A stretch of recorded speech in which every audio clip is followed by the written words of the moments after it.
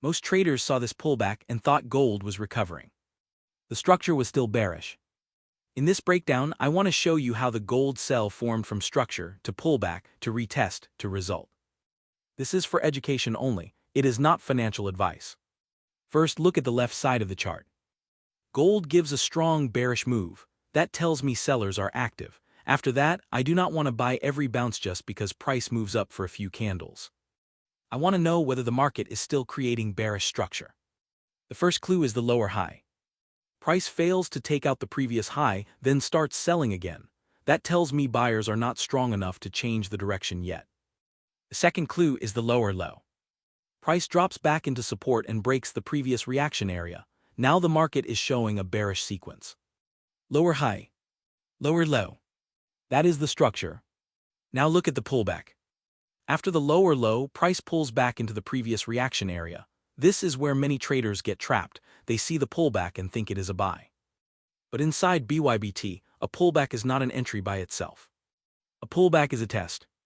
The key question is, where is the pullback going? In this trade, the pullback returns into the AOC, the area of confluence. That area lines up with previous structure, previous reaction, and the zone where sellers should defend if the bearish idea is still valid. So I am not selling randomly. I am waiting for price to come back into the zone.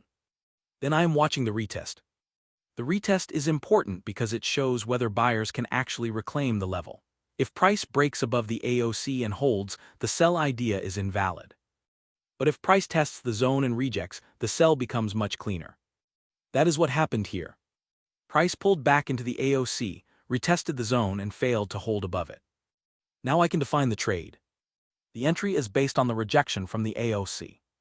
The stop belongs above the retest and above the zone, because that is where the sell idea is wrong. The target is the previous low and the next support area. This is the part most traders skip. They focus on the entry first. But the better process is structure first, zone second, confirmation third, risk and target before entry. That is why this trade was not random. The chart gave bearish structure. The pullback returned into resistance. The retest failed. The downside target was already mapped. The history screenshot shows the live result from the gold sell, but the lesson is not only the profit. The lesson is the process that came before the profit. If you only look at the result, you miss the setup. If you study the setup, you can understand why the result was possible.